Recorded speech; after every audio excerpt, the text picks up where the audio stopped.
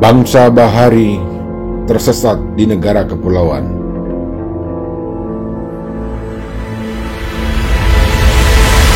Menyebut Indonesia sebagai negara agraris adalah sebuah penghinaan. Bila kita melihat geografis luas wilayah daratan hanya 1,9 juta kilometer persegi, sementara luas laut Indonesia ditambah dengan zona ekonomi eksklusif menjadi 7,9 juta kilometer persegi, atau 81% dari seluruh wilayah NKRI. Gemilang kejayaan dan keagungan peradaban secara bahari Nusantara, Kerajaan Sriwijaya dan Majapahit menjadi suatu fatamorgana, serta semakin pudarnya budaya bahari menjadi penyebab surutnya jiwa bahari bangsa Indonesia. Awal-awal abad pertama, nenek moyang kita telah berlayar jauh dengan kapal bercadek, ke utara mengarungi Laut Tiongkok hingga Pasifik, ke barat memotong lautan Hindia hingga Afrika Barat melalui Madagaskar, ke timur hingga Palau, Pasca. Kian ramainya pengangkutan komoditas perdagangan melalui laut mendorong munculnya kerajaan-kerajaan di Nusantara yang bercorak dan berfisikan maritim, dan oleh karenanya memiliki armada laut yang besar dan kuat. Masyarakat Indonesia telah memiliki peranata hubungan perdagangan. Budaya kemaritiman bangsa Indonesia bukanlah fenomena baru. Sejarah menunjukkan kehidupan kemaritiman, pelayaran dan perikanan beserta kelembagaan formal dan informalnya merupakan kontinuitas dari proses perkembangan kemaritiman Indonesia di masa lalu. Buktinya, berdasarkan penelitian terdapat tipe jukung yang sama digunakan oleh orang-orang Kalimantan untuk berlayar. Situs prasejarah di gua-gua Pulau Muna, Seram, dan Arguni yang dipenuhi oleh lukisan perahu layar menggambarkan bahwa kita adalah keturunan bangsa pelaut sudah sekitar tahun 30.000 sebelum Masehi.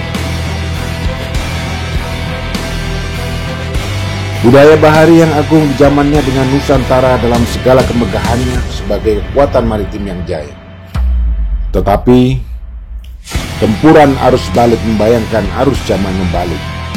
Segalanya berubah. Kekuasaan laut menjadi menciut ke pedalaman.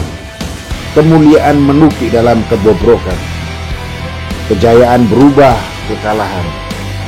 Kecemerlangan cendekia menjadi kebunguan penalaran. Cacian dan makian menjadi santapan setiap hari. Kuatnya persatuan yang pernah disatukan oleh Yang Maha Kuasa berubah menjadi mudahnya hasutan dan perpecahan yang memandulkan segala kegiatan. Globalisasi dan westernisasi mengubah watak bangsa yang tangguh, pandai memanfaatkan alam untuk memenuhi kebutuhan hidupnya, menjadi masyarakat yang manja, kemudian cenderung konsumtif, sekaligus minim inovasi. Produk-produk asing terus dikonsumsi, sehingga kita kehilangan kreasi untuk menemukan, mengolah, dan mencipta.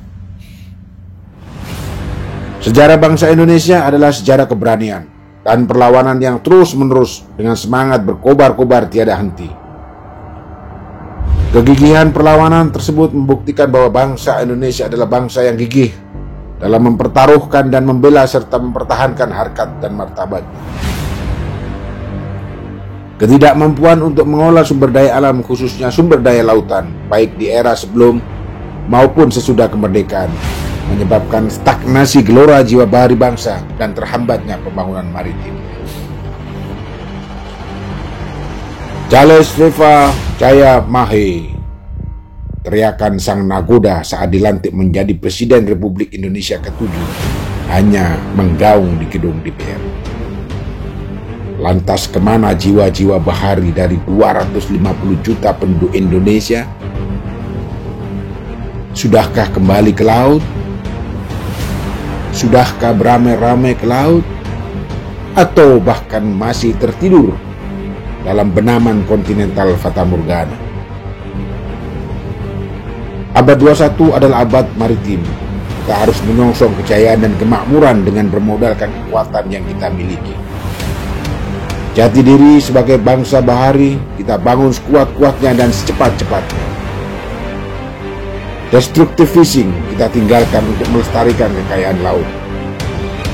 Ocean Energy Resources yang dimiliki bangsa Indonesia dibilang terbaik dan terbesar di dunia, namun upaya dalam mengembangkan energi alternatif belum dikaji secara serius. Air mineral laut dalam yang bersih, kaya akan nutrien, kaya mineral, dan stabil yang dapat digunakan untuk berbagai kegunaan belum tersentuh sama sekali. Artificial fish reef, transplantasi karang, hingga teknologi akustik bawah air nyaris tak tersentuh oleh pelaku riset nasional, atau bahkan sebagian dari kita baru mendengarnya. Sungguh sangat ironis. Tuna sirip kuning 30 sampai dengan 50 juta per ekor. Ikan sidat, teripang, kerapu seharga 3 sampai dengan 4 juta per kilogram. Dan bahkan lobster mutiara 1 juta per ekor. Rela kalau kita yang mengandung 2.500 jenis ikan kaya akan protein, memiliki sekitar 13 dari 20 spesies lamun dunia, 682 spesies krustasea, 745 spesies echinodermata hanya akan menjadi santapan negara tetangga dan bangsa asing. Kemiskinan masyarakat pesisir yang kian hari kian bertambah jumlahnya. Nelayan tradisional terpinggirkan. Kelangkaan ketersediaan tenaga kerja terampil menjadi masalah tersendiri dalam proses pengembangan sektor kelautan. Kekhawatiran ekonomi maritim Indonesia hanya akan dikuasai asing. Industri dan jasa maritim tidak dikelola dengan benar sehingga negara lain menempatkan Indonesia sebagai pangsa pasar mereka. Ironisnya, kita semua diam. Pertumbuhan industri perkapalan dan pelayaran nasional masih terkendala berbagai faktor, baik dari sisi politik maupun pendanaan. Begitu pula dengan industri perikanan dan bioteknologi. Bahkan industri pertahanan maritim tak mampu melindungi kedaulatan dan menjaga laut Nusantara secara utuh. Untuk membangun sebuah habit bahari, secuil diantaranya membentuk karakter dapat kita mulai dari gagasan atau pikiran. Dimulai dari gagasan yang diwujudkan dalam tindakan, kemudian tindakan yang dilakukan berulang-ulang akan menjadi suatu kebiasaan. Kebiasaan yang dilakukan berkali-kali akan menjelma menjadi watak. Dan watak inilah yang akhirnya mengantarkan kita kepada nasib. Jadi, nasib kita sendirilah yang menentukan. Sehingga untuk membentuk negara maritim yang besar, masing-masing diri kitalah dituntut untuk memiliki jiwa-jiwa bahari dan membangkitkannya.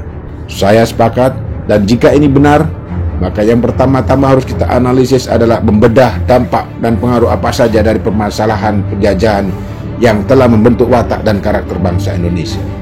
Kedua, bandingkanlah dengan keunggulan watak bangsa bahari kita sebelum kedatangan penjajah. Ketiga, sekarang strategi rekultur yang bagaimana yang dapat kita pakai untuk mencuci kerusakan watak dan karakter tersebut.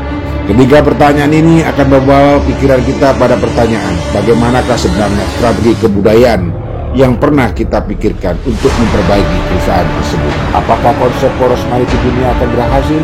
Bagaimana membangun kekuatan maritim di Indonesia tanpa meninggalkan jati diri bangsa Indonesia? Bagaimana membangun kekuatan maritim Indonesia dikaitkan dengan perkembangan lingkungan strategis di abad 21? Silakan ikuti terus video Indonesia Maritime Channel. Silakan share sebagai wujud Anda memiliki sumbangsi terhadap penguatan Indonesia Maritime Community. Salam maritim.